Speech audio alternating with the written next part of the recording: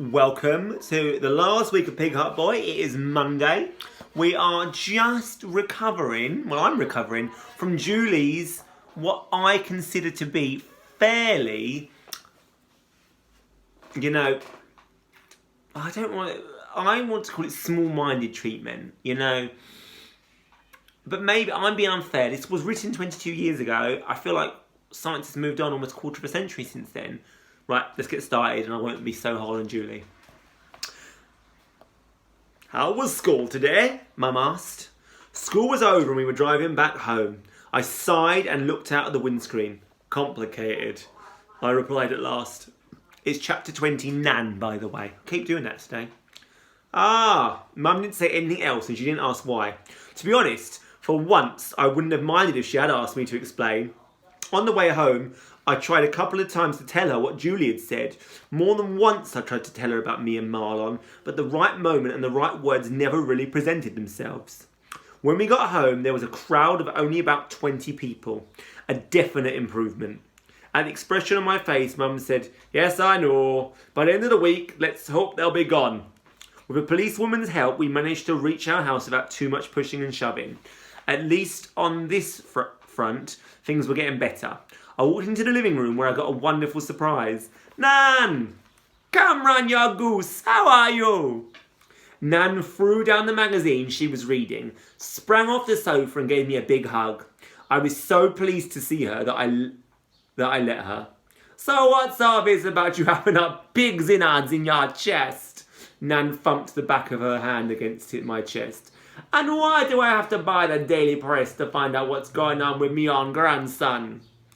We told you Cam was going to have a heart transplant, Mum's tried. Ya didn't say where the heart was coming from, though, did ya? Mum sighed. I've been getting grief for that all day. I made the big mistake of trying to explain.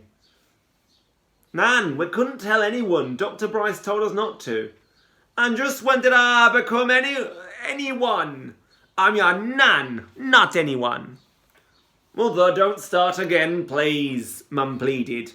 And we did phone you as soon as the story hit the newspapers. Nan sniffed. It was a little late by then, don't you think? When Mum looked suitably contrite, Nan softened a little. A very little. Anyway, I saw all of you on the telly and I saw the crowds outside your house. You obviously need me here. With you here, we don't need the police, I murmured. Nan smiled. Thank you, Cameron, I think. I'd forgotten she had ears like a bat and eyes like a spy satellite. Not much got past my Nan. She was looking more tired than the last time I'd seen her, though. I looked at her, really looked at her, and for the first time, she appeared old. She seemed smaller, more fragile. Her shoulders dropped, and even when she smiled, it was as if a sigh wasn't too far away. Mum moved over to the sofa and picked up Nan's magazine. I saw her shake her head. She held it up behind Nan's back for me to see. It was a magazine about coffins. Nan, why are you reading that? I asked, pointing to it with distaste. Nan turned to see what I was talking about. Cam, I am no spring chicken anymore, and I have to think about these things. I'm going to be in my coffin a long time, so I want to make sure I pick out one that's comfortable. Mum shook her head even more at that. I know I should have been used to Nan by now, but I still thought the idea was really morbid. Right, well, I'll leave the two of you to it. I'm off to do some food shopping, said Mum, leaving the room. I think we'll see about getting our phone number changed as well, seeing as how our number has been leaked to the press. Nan took my arm and we went over to the window. Your fan club, she said dryly. You should attach a garden hose to the cold tub in the bathroom and let them have it. Okay, Mum, drive safely. Bye, Mum. From the hall, Mum called out all the things I suppose I should have said to her. Bye, Mum, I called back. Huh, Mum guffawed. She retrieved her car keys from the hall table and I heard our sofa our front door open and close. Nan sat on the sofa, then patted the space next to her. I sat down eagerly. So how are ya doing? She asked without preamble. Fine, I guess. I answered lightly. Nan gave me a look. This is your Nan you're talking to, not your mum and dad. I'll ask you again. How are you doing? I sighed and slumped back on the sofa. I suppose I'm alright. I've never been healthier. I've never been fit. But suddenly everything seems so complicated, I admitted. In what way? Sorry guys, this is a long chapter, we're going to have to do a pause. Did Mum tell you we were offered a lot of money for our story? Yes. What did you think of that? I think your Mum and Dad should take their money and run. If papers are stupid enough to offer that kind of money, then I would grab it with both hands. But I appreciate your Mum reasons. They were offering a whole lot of money. I couldn't keep the wistful note out of my voice. That's 'cause they have more money than sense, Nan said scathingly. We sat in the kitchen for a while, but it wasn't an uneasy silence. Nan knew there was more coming. She was just letting me tell it in my own time. Dr. Bryce made us promise not to tell anyone about my operation. I began at last. Not even you, although Mum and Dad wanted to. The only thing we could tell anyone was that I was having a heart transplant. We couldn't say where the heart was coming from, but I told my best friend Marlon. He promised me he wouldn't tell anyone else, but that's how it got in the paper. Marlon says his dad told the papers, but then Marlon shouldn't have blabbed it to his mum and dad in the first place. You mean the way you shouldn't have blabbed it to Marlon in the first place? Nan asked. That's different, I said at once. How so? It was my secret to tell, I said annoyed. It wasn't Marlon's. True. There, I knew you'd understand, I said relieved. Understand what? Today was the first time I've seen Marlon since my operation. Well, we argued this morning and we barely said 5 sentences to each other since. Who is not talking to whom?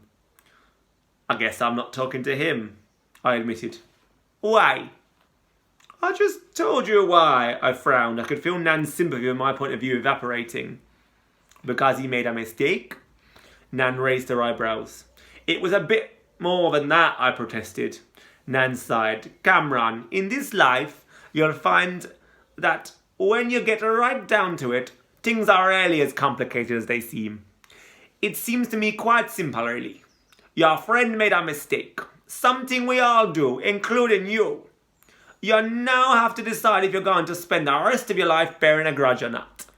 And believe me, life is too short for that kind of nonsense. Even at my advanced years, life is too short. I stared at Nan. Was that really what I was doing? I don't bear grudges. Glad to hear it, said Nan. Don't start either. So did anything else happen today? I looked at Nan and shook my head. Now the moment arrived, I didn't want to tell her about Julie. I didn't want to tell anyone. Just thinking about it did funny things to my insides. After my operation, I thought I'd be just like everyone else. That was my whole reason for doing it. Only I hadn't realised that some people like Julie and her mum might think otherwise. I thought about the times before my operation when every time I looked up from my desk, Julie was there smiling at me. I think Marlon was right. Julie had liked me before my operation. Now all that had changed. It was strange the way things worked out. Come on, Cam. Don't get too comfy. We have dinner to make. Nan leapt to her feet.